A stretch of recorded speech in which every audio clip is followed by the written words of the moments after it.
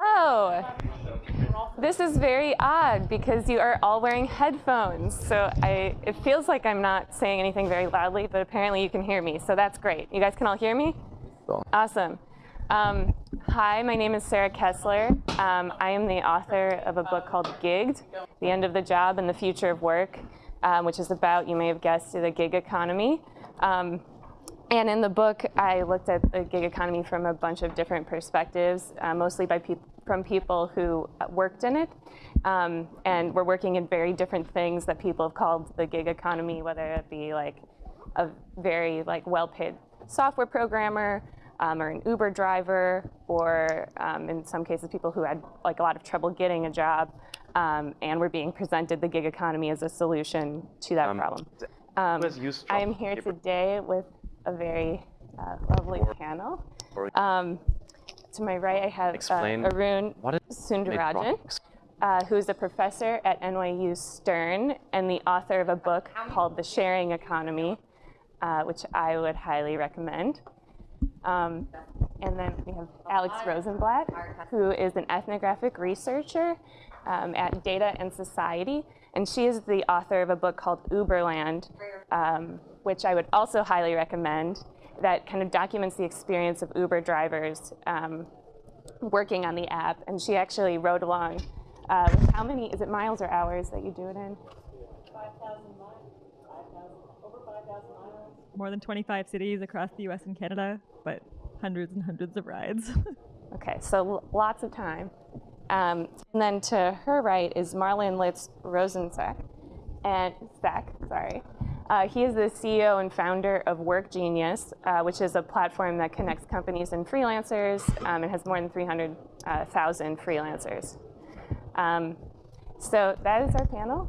And I thought to kick us off, I would love to hear from Alex more about kind of what she learned from her many, many miles with Uber drivers and what the experience looked like from that worker perspective. Sure. Thank you so much for moderating our panel, Sarah. Your book is excellent, and I would recommend everyone buy Gigged. Took a lot of reading. So I spent about 4 years researching Uber from the perspectives of drivers, and often these drivers worked for multiple ride-hail companies when more than one was in any given market. So in New York, you might see a driver switching between their phones in this very efficient gesture to log out of one app so they can log into the other app so they can accept a ride here. And that in New York might be between Lyft and Uber and Juno and Via. In other cities I traveled to, more than 25 across the US and Canada, there might only be one company that drivers predominantly worked for. And they would have different understandings, not just of each company, but of the role of power and technology. And that was really interesting to see, because on the coastal cities like San Francisco or New York, Uber was twinned with the power of technology as a political institution. So much so that when President Trump passed a travel ban against 7 Muslim-majority companies and Uber turned off surge pricing while the New York Taxi Drivers Alliance went on strike, it was widely panned as a form of strike breaking and a political move that supported the presidential policy in some ways. And there was this massive effort to delete Uber. 200,000 people were deleting Uber. And if you bring up something like that while you're traveling through Salt Lake City, it would just seem a little bit bizarre because it was just another service economy job. So what fascinated me a lot is the role of Uber, not just as a sort of technology version of a taxi company, but the way that it came to symbolize power and technology and the role and impact of technology on society. A big part of why I started studying Uber was because it was born in the sharing economy, which Arun can tell you all sorts of things about, but it came to symbolize much more than it represented. The sharing economy was about drawing on the dreams of collaborative commerce, like carpooling, sort of familiar examples of how you might provide, social services to a friend. And the sharing economy offered to provide platforms to match people with underutilized services or assets with people who are willing to provide them. And in this way, Uber was able to leverage the idea of sharing and a sharing platform to transform labor into a type of communion. Drivers were simply offering, help to a community of riders. And so what really got me started on studying Uber over the last 4 years was first its role as a technology company and the rhetorical heft it had to redefine what work was. And then to see how the experiences of drivers often contradicted some of the claims Uber would make. In a very basic way, Uber sort of rose to prominence in the immediate aftermath of the Great Recession, when people were suffering job losses, cities were covered in blight, foreclosures were happening everywhere, they were rampant, and Uber said, we can actually scale entrepreneurship for the masses with technology. The hundreds of thousands, there's nearly 1 million active Uber drivers across the US and Canada, they don't have human supervisors. Instead, what I discovered in my years of research is that they have a boss, is just an algorithmic boss. And this ended up being a lightning rod in legal debates over whether drivers were appropriately classified as independent contractors or whether they were better classified as employees.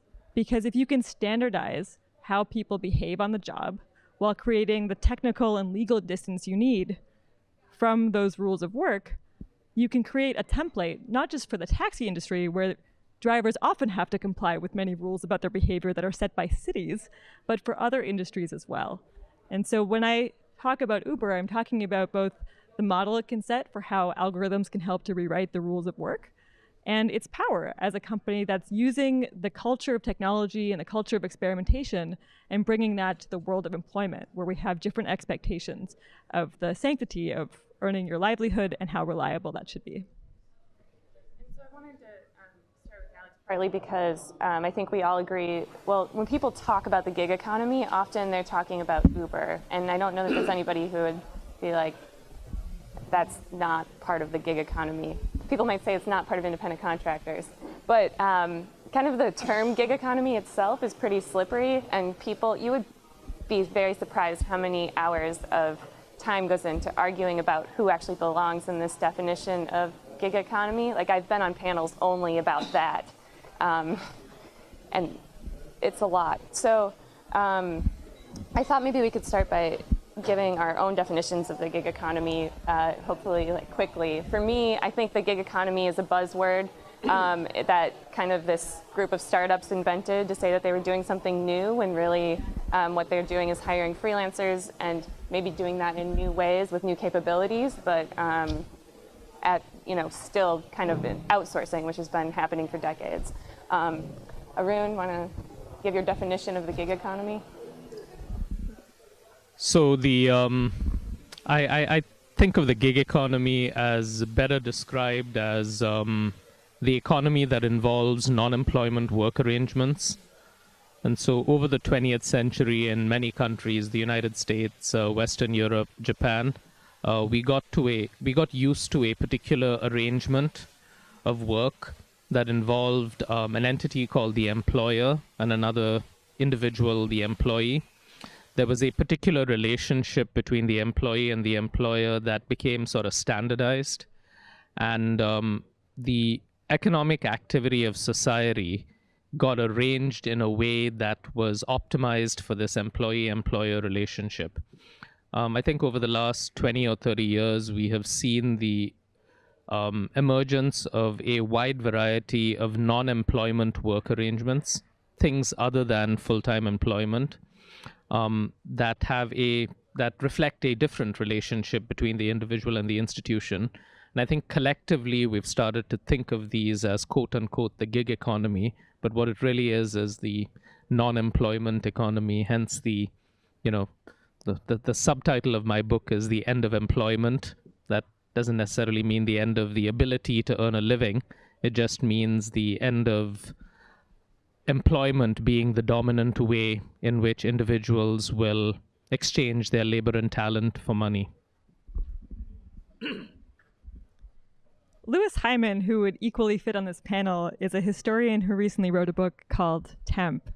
And what he highlights is that there are lots of people who have been excluded from traditional work arrangements, from traditional employment, women, people of color, especially women of color and undocumented workers who have always had to participate in more short-term temporary arrangements, who aren't envisioned as being entitled to a family wage, which was part of how the post-war imaginary of why you should have traditional employment.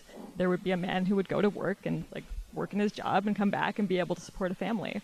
And so although the gig economy has become a more exciting contemporary phenomenon, I think largely due to the tech washing of it through platforms, I'm not sure that it's ever been quite separated from how people are employed. It's just about who counts and who doesn't, and who's entitled to that kind of American dream.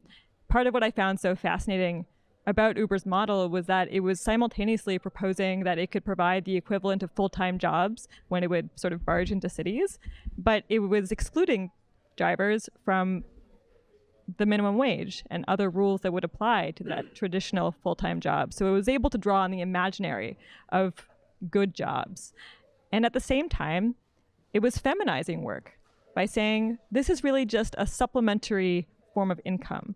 This is supplemental work, the sharing economy. Those ideas help to feminize work by saying this is more of a social contribution you're making. And so we don't have to worry about debates around independent contractors versus employees or labor law or rate cuts or wages, because this is really extra. It could be, it's a little bit like that. And so to me, the gig economy has actually been something that catalyzed a new spotlight onto work because of how it was tech washed. But I would say that the idea of traditional employment has always been a little bit more of an ideal than a reality for lots of people who have jobs. I guess the way I think about it is that there's two dimensions that matter to sort of distinguish between the FTE and the independent contractor, gigger, freelancer, however you may call it.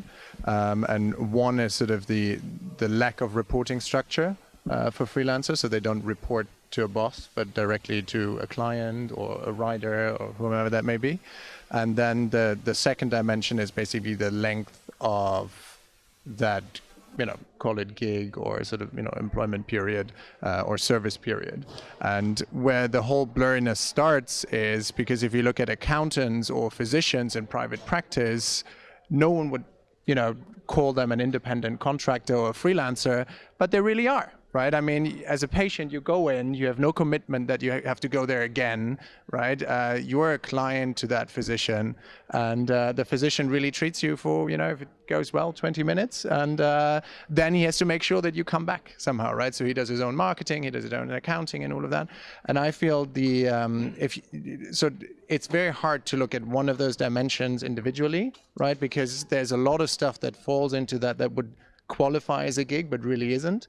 And I think what technology did recently brought that to light because it was reducing the friction that is commonly associated with it, right? So if you try to land a project as a freelancer and it takes you quite a while, you would want that project to last long, right? If it's very easy, right? I'm sort of, I'm not saying that Uber is a great example here, but I think they have reduced friction in that sense. I'm not saying it's great, but what it essentially does is you press a button and you get a job, right? Whether that job is great or not, or it pays enough, let's leave that aside. But I think that's why technology brought this to light. And I mean, if you think about it from a doctor's perspective, if you're a private sort of practice physician, they advertise online, right? If you type in radiologist, New York, stuff comes up. So I feel that's where we have to be careful. And I think technology, all it did was basically sort of shed more light on that sort of whole part of the economy. Yeah, I think it's really easy to get caught up in sort of the rhetoric of and the idealization of some notion of full-time employment. But I mean, the reality is that full-time employment didn't look very good 100 years ago. It existed. And what's made it look good today for some people is a concerted effort to sort of construct around it stability, protections, access to time off, access to predictability of income, access to, stability of income. And at this point in time, because we have in many countries gotten used to so many people being in this full-time employment arrangement, we've also constructed funding mechanisms that are, designed with the expectation that the arrangement is going to be employment. And so someone who holds that holds that position or holds that label sort of enjoys a better life than someone who doesn't. Now, but I think it's sort of, we go down a treacherous path if we start to sort of make employment somehow ideologically synonymous with the good things that have been attached to employment. We have to sort of accept the reality that a lot of the work arrangements that we're going to participate in the future are not going to be employment. They're not going to be that structure where I provide my labor and talent exclusively to, like, a large institution in exchange for them paying me for it. They're going to be a wide range. And really the conversation about, is employment good or bad should be about, like, how do we attach these good things, the stability, the protections, the benefits, to work arrangements that are not full-time employment, because that's not going to be a majority of the workforce down the road. So to that, I'm from Germany, where sort of there's a lot of labor laws and protection of the worker. So when I came to the States, I felt the entire economy is a freelance economy, because everybody can be let go almost immediately, which is not the case in Germany. So I feel when you talk about mortgages and all of this, right, which is they ask you for your employment contract quite literally, and if you're a freelancer, you can't provide that. For me, it's hard to understand, especially if you look at the average tenure in this country, it's something around 4 years. And then if you're younger, a millennial, it's only 2.8 years, right? That's almost a gig, right? 2.8 years. I know independent contractors that work for companies for 2.8 years. So I guess banks eventually will be forced, just as one example with the benefits that are associated with full-time employment, is they will change because they have to, right? Because fewer and fewer people will have that employment contract where they say, I've been with this company for 6 years, right? Banks will run out of people that they can lend to, and, rest assured, for their profits, they will make sure that they can lend to everybody else as well.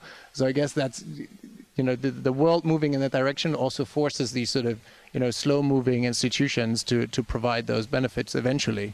Yeah, I mean, I think that's actually a really good example of change, because I have seen that change in the specific sector that you mentioned, like, sort of getting a home loan, where a growing number of lenders are becoming aware of the fact that, independent of whether they want, like, the country to be full of homeowners, independent of, like, the social desirability of home ownership as a path to the middle class and to sort of wealth creation for a lot of individuals, for purely profit reasons, they are realizing that they have to sort of update their credit scoring systems to take into account the fact that income is not going to be predictable, that it is going to be volatile, and a different dimension, which is also associated with the future of work, that people are going to be more mobile.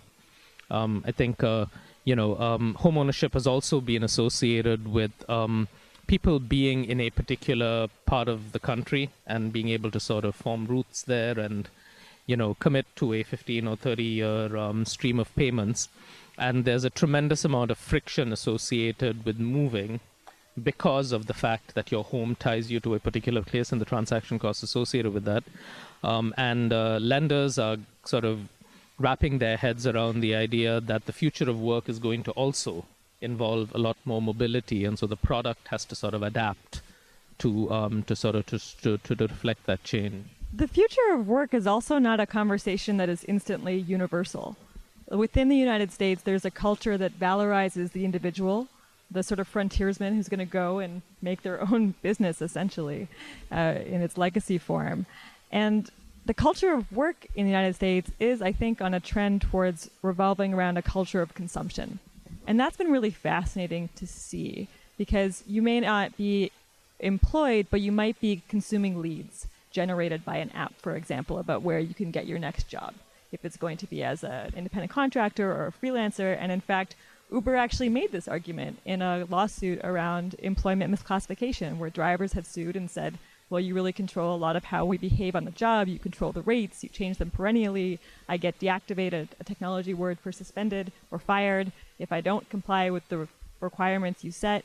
And Uber said, well, you know, drivers are just consumers of our technology app, just like passengers. And on the face of it, this like belies belief, right? It's incredible.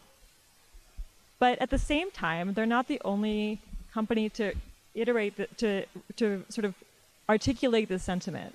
The US Federal Trade Commission describes Uber drivers as entrepreneurial consumers.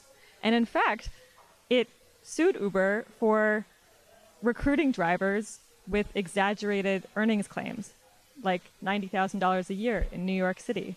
And eventually, Uber settled with the FTC for $20 million over those exaggerated claims. But part of the reasons that the FTC, or the Federal Trade Commission, might be a recourse available to drivers is that they could potentially be described as consumers. And it's not like the older problems of the workplace, like wage theft or harassment, disappear if everyone's just consuming a job service. It's that it's whether or not labor law is like strong enough to try and manage those excesses, those problems, or whether you have to turn to another regime or engage in a type of arbitrage. And that's part of the wonder of platforms, is that they often blur the lines. So if you're a technology platform like Facebook, you argue, we're not a media company, even though you're the biggest media distributor. You know, there's ways in which the older rules and norms don't apply to technology companies that make us reconsider the things that we could take for granted. But one of the things I did want to mention about the future of work is that it's cultural as well. So there's a different ideology of work in different countries, which means that, you know, to give you a small example, when I went to Denmark and spoke about Uber to unions there, they looked at me like I was talking about a form of American cultural extremism. You know, it was a country where I think 70 to 80% of the workforce is unionized, and so the proposal that automation is going to displace people from their jobs isn't taken as something that will undermine labor exactly. It's seen as part of a general like equalization, not equal exactly, but like a more even distribution of wealth that will accrue to lots of different people. Whereas in the US, the culture of inequality is a very stark component of labor and power imbalances. And so it's important to think about the future of work in the cultural context where those conversations take shape, and not to presume that the culture of work that exists in the US might, you know, equally apply to other countries, even as American companies go abroad. And we've seen pushback to that. In the UK, for example, where misclassification suits resulted in judges there declaring that drivers were actually dependent workers. So they were entitled to the minimum wage, for example. And so that's just something I would flag as future of work conversations go forward. Kind of, sorry? Oh, I don't control my own microphone. So we've seen kind of on the consumer... Being managed by an algorithm. Yes, yeah. we are. It's that guy. So on the consumer, like work as consumer kind of thing, there are platforms that will even charge people to be on the platform. Like they've figured out that it's a legal defense, instead of taking like a percentage of work, to just have them pay to be there. So that's one extreme end of things. And you've also seen kind of a lot of startups who technically employ their workforce distribute them in a way that's similar to how Uber does. So like they will hold on to the technical like classification of employee, but then if a warehouse has a day where they need like another worker, they still send the bat signal out to phones and say like, we need somebody right now, the first person to claim the job can come, which introduces kind of the same types of instability and kind of questions of what you're going to make next week that you know, being a technical independent contractor might. And I agree with Arun that there's nothing that's like inherently bad about working as an independent contractor. I mean, in a lot of ways, it makes a ton of sense in a place where, we have this kind of idea of a full-time job that was created at a time when we thought that an ideal worker was a man who went to work full-time and had a woman at home who was working full-time for free in the house, taking care of the children and everything else. And to the extent that that was ever the case for the majority of families, it's much more no longer the case. And so something like flexible work makes sense. People are living longer.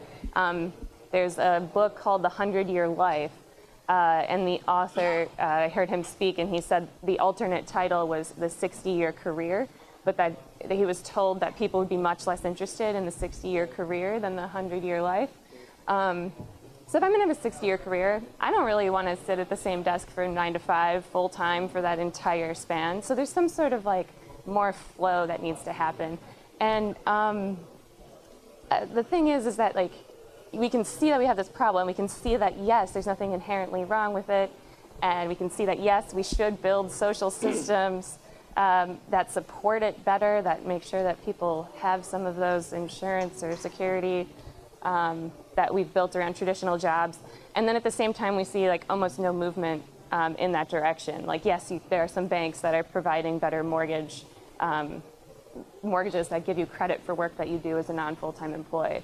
But you see a lot of freelance platforms advertising things like, okay, business, you can reduce your risk and you can work more cheaply, or you can hire workers for less money.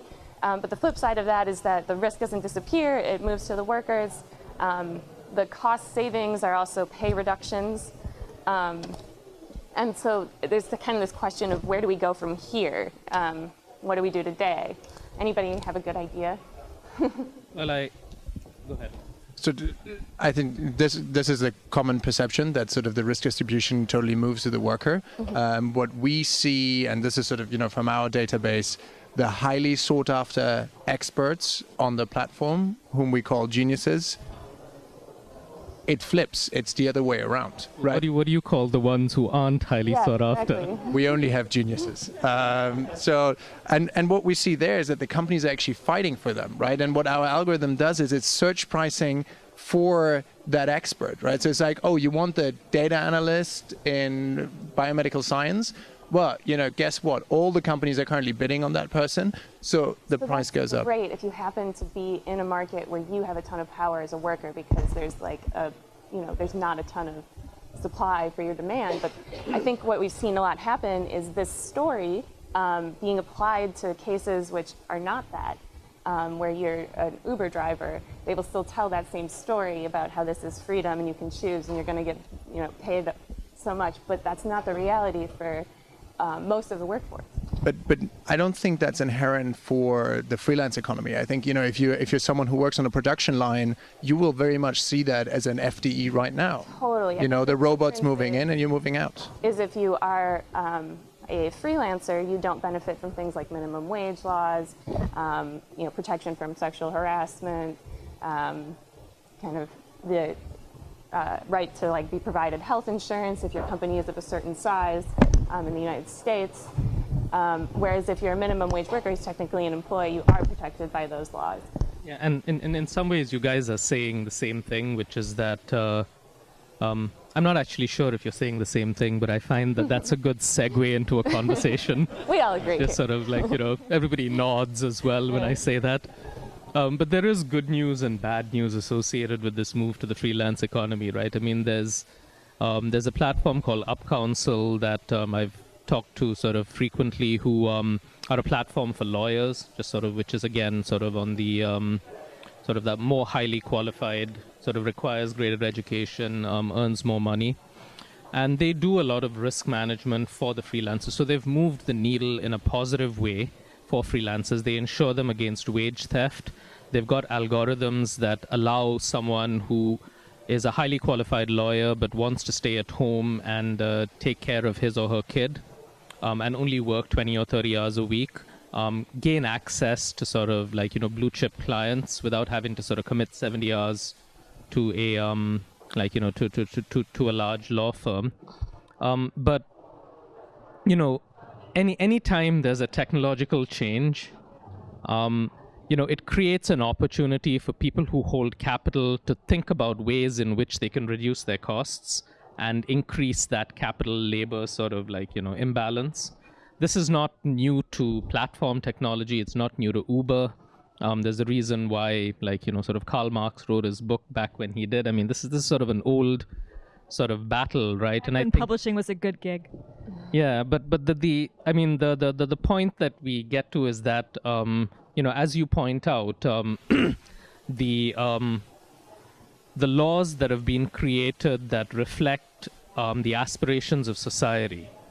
That we want people to be protected against sexual harassment. We want them to earn a living wage. We want them to, sort of get the money that they are promised. We want them to sort of have, the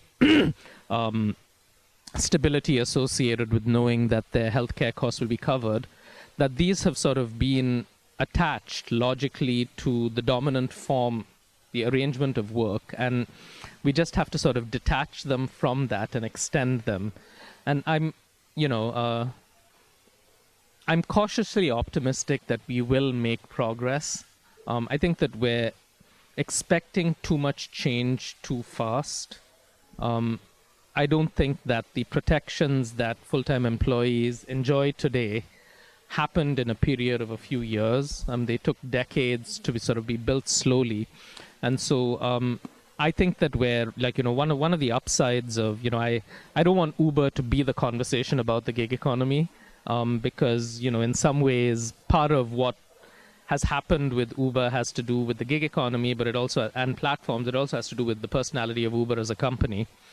But the fact that we have had so much conversation about this over the last 5 years.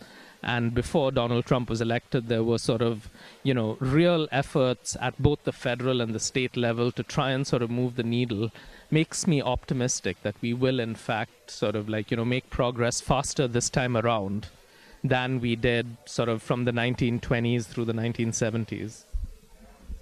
I would just add quickly that one of Uber's innovations is in management. Like the fact that you can pretty much be guaranteed a job when you log in is amazing. It saves you all of the communications work that a lot of freelancers and a lot of independent contractors have to do.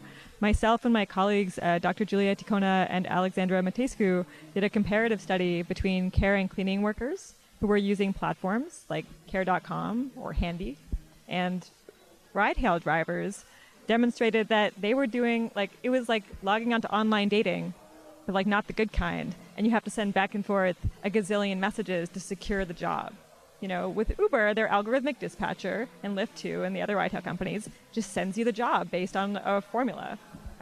But the opacity of management, where you can't redress a particular wrong you've experienced, or you're worried about harassment that just took place, or you are missing wages that you're owed, the opacity ends up amplifying issues of fairness that I think will be common to technology platforms beyond labor-specific ones. If you can't turn to any particular human to redress your concern, and instead you're rerouted to write an email to a remote customer service agent in the Philippines, which drivers often had to do, your trust in the system goes down. And that's really important because it comes at a time when platforms are no longer perceived as these sort of neutral connective tissue that enable us to have and experience the benefits of the services they bring us. They're becoming institutions with governing powers. And building I feel like I'm in a is important. I feel like I'm in a bar past closing time, and they're slowly sort of raising the music as a signal that it's time for us to move on. Well, we do have time for one more question. We're going to take one. Sharon Ball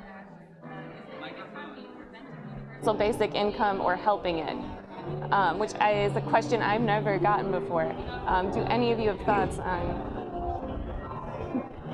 Well, I have thoughts on universal basic income in general, which is that it's a wonderful ideal to imagine that every working age person in a country has access to money that is provided to them that allows them to live, whether or not they're working.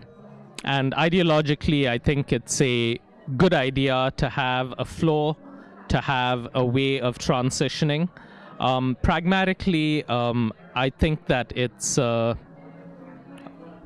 least in the United States, I mean, this may be different in other countries. I mean, forgetting about the political barriers to something like universal basic income, I think pragmatically the numbers don't add up easily. The fraction of the federal budget that would be required to give people even $10,000 a year is is tremendous. It would be like 75% of the current federal budget. And my experience sort of talking to people who are proponents of universal basic income has led me to believe that 95% of them aren't actually proponents of universal basic income in its purest form, but are proponents of raising the floor, of a stronger sort of safety net that doesn't necessarily manifest itself as this one extreme, which is universal basic income. A lot of people say that automation will cause us to need universal basic income because there won't be any work. I don't think that there's much sort of historical precedent or logic to that, but will the gig economy make the case for UBI stronger or weaker? It'll probably make it weaker, right? Because the fluidity with which you can sort of earn money, even if you don't have a quote-unquote job, weakens the argument, one of the arguments for a universal basic income. A lot of people drive a Lyft when, they're making a transition of going back to school. And so if you have these other sort of supplementary forms of income available to you as that floor, then the case for UBI gets weakened.